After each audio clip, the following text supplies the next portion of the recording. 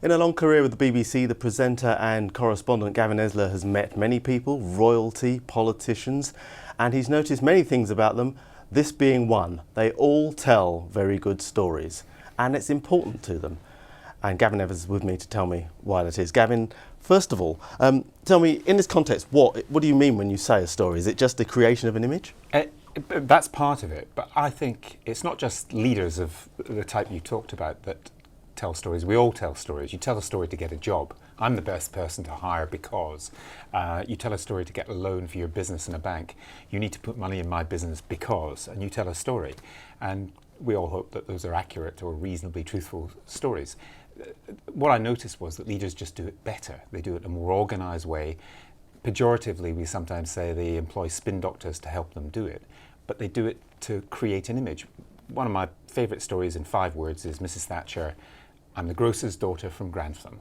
That says she's a daughter, not a son. She's a grocer's daughter, so she's not really posh like all those old Etonians who used to run the Conservative Party. And she's from Grantham. She's not part of the metropolitan elite. It's a very powerful, very short, very clear story. So it's a backstory, but we have it in the forefront of our minds. Why is that important?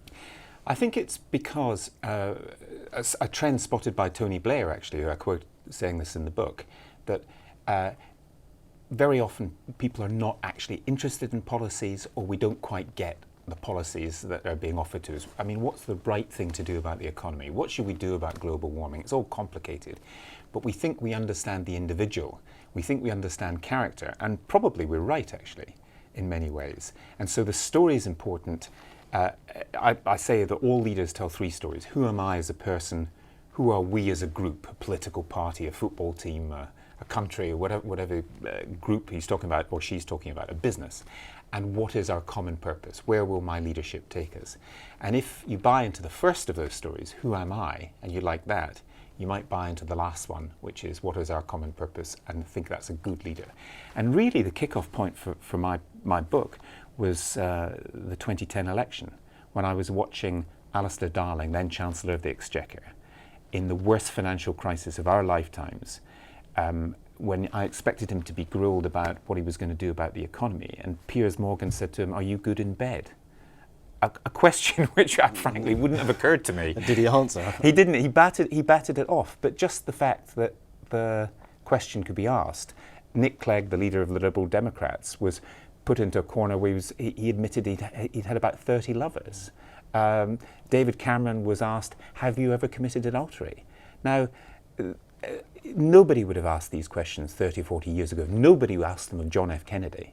Nobody would have asked them of Margaret Thatcher. So things have changed, and in my view, not for the better. Let's come up to date. You talked about David Cameron answering questions about relations with his wife. How well does he control his story? Well, he's tried. He's a very good speaker, and he comes across as a very affable storyteller. And one of the stories he tells is, and he told during the last election, is he understands the National Health Service because he had a lot of dealings with it, because sadly he had a child who was very ill, and that absolutely connects with people. He also cycled to work quite famously because he was saying, "We Tories, we're environmentally sound." The trouble for the storyteller comes where people see a gap between what they're hearing and what is actually happening. So in David Cameron's case, when one newspaper photographed a car bringing a change of clothes behind him cycling to the House of Commons, that didn't work, and that was a pretty rocky moment for him. So and also it's quite difficult for him because he can't easily tell I was a poor background, I aspired and I got there story, because everybody knows he comes from a very wealthy, privileged family, which he doesn't deny, and he takes that head on. And he just says, yeah, I mean, that was my background and I'm lucky.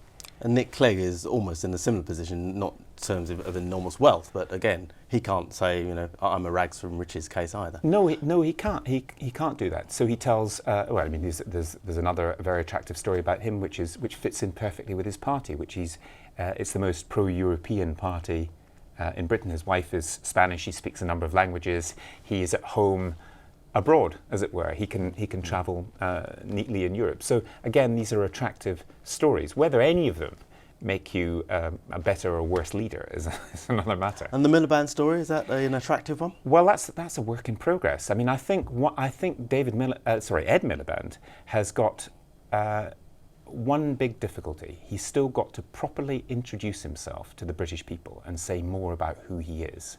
I happen to know from Conservative polling, when they ask, what do you think of Ed Miliband, they and can you sum him up in a word or two? Some people are quite baffled. You know, who is he? Now, he's tried. I mean, he's poked fun at himself, which always works well in Britain, when he said, yeah, I know I look a bit like Wallace from Wallace and Gromit, which is quite funny. And he says, look, I'm a bit of a geek. I come from a very academic family and so on, which is also true. So he's beginning to address that. But I think any new political leader of a political party in Britain or Western democracy has to introduce themselves as a person as well as introduce policies. And the boy from Hampstead doesn't quite have the ring of the boy from Hope, does it? The boy from Hampstead is a bit of a tricky story to tell.